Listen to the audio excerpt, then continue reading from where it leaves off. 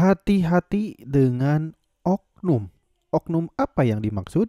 Yaitu oknum PLN. Nah, ini adalah oknum PLN seperti ini, teman-teman. Jadi jika teman-teman atau bapak-bapak, ibu-ibu yang biasanya sering ketipu ya dengan oknum seperti ini, harap hati-hati. Kenapa bisa hati-hati? Biasanya masalahnya ada di sini. MCB di rumah teman-teman itu sering mengalami ceklek. Sehingga biasanya kan teman-teman itu memanggil PLN, teman-teman. Nah, PLN-nya siapa? Ya udah ini. Nah, manggil PLN-nya itu adalah kebetulan manggil oknum PLN. Ya kebanyakan ya. Biasanya sih bukan PLN-nya resmi, biasanya vendornya gitu. Tapi saya sebut oknum sajalah karena banyakannya oknum. Nah, karena MCB teman-teman itu sering jeklek, teman-teman itu biasanya disuruh ganti MCB sama si oknum ini. Hati-hati jika disuruh ganti, teman-teman. Biasanya kalau ganti itu ya tinggal kita laporan di PLN Mobile dan diganti sesuai dengan MCB PLN-nya. Dan itu gratis, teman-teman. Jika teman-teman pengen ngasih kopi, silahkan.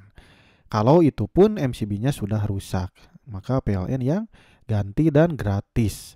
Nah, setelah nyuruh ganti MCB, teman-teman itu ditawarin MCB anti jeklek katanya. Pasti kan teman-teman berpengalaman nih. Si oknum PLN itu coba sih ganti aja lah dengan MCB anti jeklek ini katanya gitu kan. MCB anti jeklek itu seperti ini. Nah, ini teman-teman. MCB-nya itu contoh saja ini mah. Contoh saja seperti ini dan ukurannya sama yaitu 4 ampere karena teman-teman contohnya di sini untuk dayanya itu adalah 900 volt ampere. 900 volt ampere kan untuk MCB-nya yaitu 4 ampere. Maka ditawarin lah sama-sama 4 ampere. Padahal dalamnya itu sudah dimodifikasi, teman-teman, dalamnya ini tuh sama si oknum ini. Seolah-olah di luarnya itu 4 ampere tetapi dalamannya mencapai 10 ampere dengan cara memodifikasi si MCB ini. Maka dari itu teman-teman kan tergiur biasanya kan setelah dipasang itu tidak jeklek lagi. Ya emang tidak jeklek lagi karena kan kekuatan ketahanan si ampere MCB ini mencapai 10A. Sedangkan teman-teman biasanya untuk rumahnya itu sekitar 4 amperan. Sudah pasti tidak jeklek lagi. Nah, ini bahaya buat teman-teman, bisa menyebabkan kebakaran jika si MCB-nya ini gagal proteksi, teman-teman, karena dimodifikasi seperti tadi. Selanjutnya setelah ditawarin, ya harganya sekitar 300.000 sampai 400.000, teman-teman, kalau saya lihat di lapangan ya. Banyak yang lapor ke saya itu harganya sekitar seginian. Ini pun plus segel, teman-teman.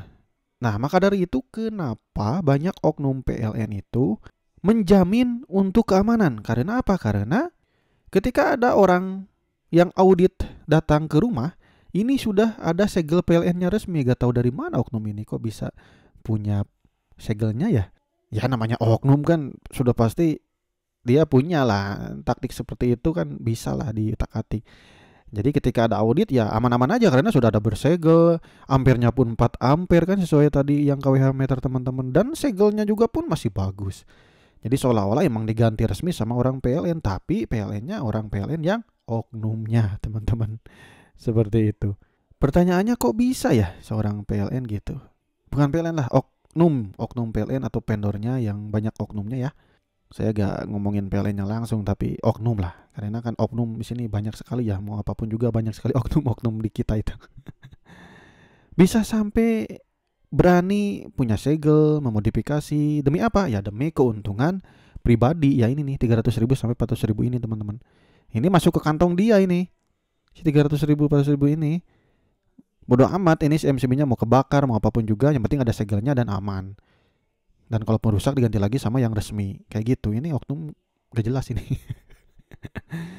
Nah, karena teman-teman sudah tergiur seperti ini, maka di sini akan ada kerugiannya, teman-teman. Kerugiannya apa ya? Itu kerugian konsumen itu yang pertama yaitu tagihan melonjak atau boros listrik.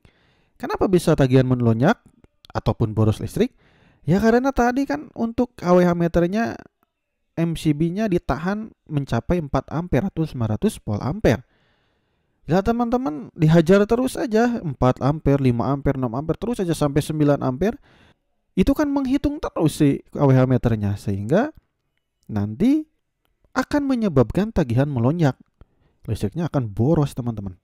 Ya walaupun teman-teman ada keuntungannya apa? Ya tidak akan jeklek lagi karena ya menahan si beban tadi itu mencapai 10 ampere tadi. Nah itu kerugian yang pertama. Yang kedua yaitu kena denda teman-teman. Sudah pasti nih akan kena denda. Jika ada yang auditnya itu membuka segelnya dan melihat dalamnya si MCB itu, tapi selama ini sih jarang ya. Jarang dicek gitu. Tapi jika ketahuan seperti ini, maka akan kena denda si konsumennya atau yang punya rumahnya.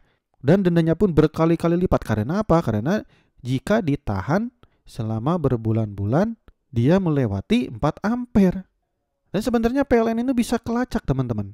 Teman-teman menggunakan ampere MCB-nya yaitu 4 ampere. Tetapi teman-teman membeli token atau tagihannya kok bisa melebihi dari 4 ampere tersebut. Itu bisa ketahuan sebenarnya.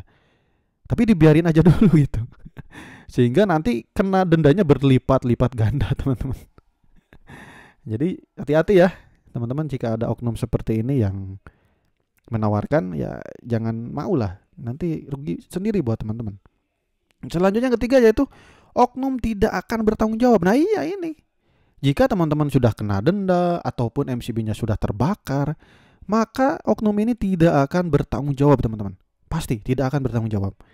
Bodoh amat gitu, mau apain terserah lu aja, lu kan sudah bayar ke gua gitu kan istilahnya. Ya kayak gitu. Jadi tidak akan bertanggung jawab. Jadi akan lepas tangan. Jadi yang kena siapa yang rugi? Konsumen. Kena denda. Nah pertanyaannya sekarang, apakah PLN bisa menindak lanjut seperti oknum-oknum seperti itu? Ya selama ini saya lihat PLN sudah memberantas yang kayak gitu. Tapi selalu ada. Kenapa ya selalu ada ya? Mungkin teman-teman bisa paham lah dengan apa yang saya jelaskan.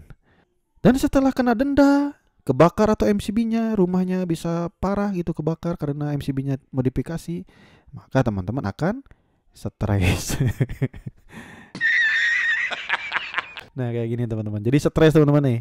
Udah mau kena denda gede, oknumnya tidak bertanggung jawab, tagihannya gede. Ya udahlah stres. Seperti itu teman-teman. Oke? Jadi intinya jangan mau ditawarin MCB yang anti jeklek itulah sama oknum PLN, janganlah. Bagi yang oknum-oknum PLN yang marah dengan konten ini, ya silahkan marah saja di komentar, jangan ke saya, di komentar aja marahnya. Paling nanti dimarahin di komentar sama teman-teman yang konsumen-konsumen PLN yang kena oknum. Oke? Jadi segitu, mudah-mudahan bermanfaat teman-teman. Sekali lagi, oknum PLN jangan marah ke saya. Marahlah ke diri sendiri. Semoga tobat. Terima kasih, ditunggu untuk video saya yang selanjutnya.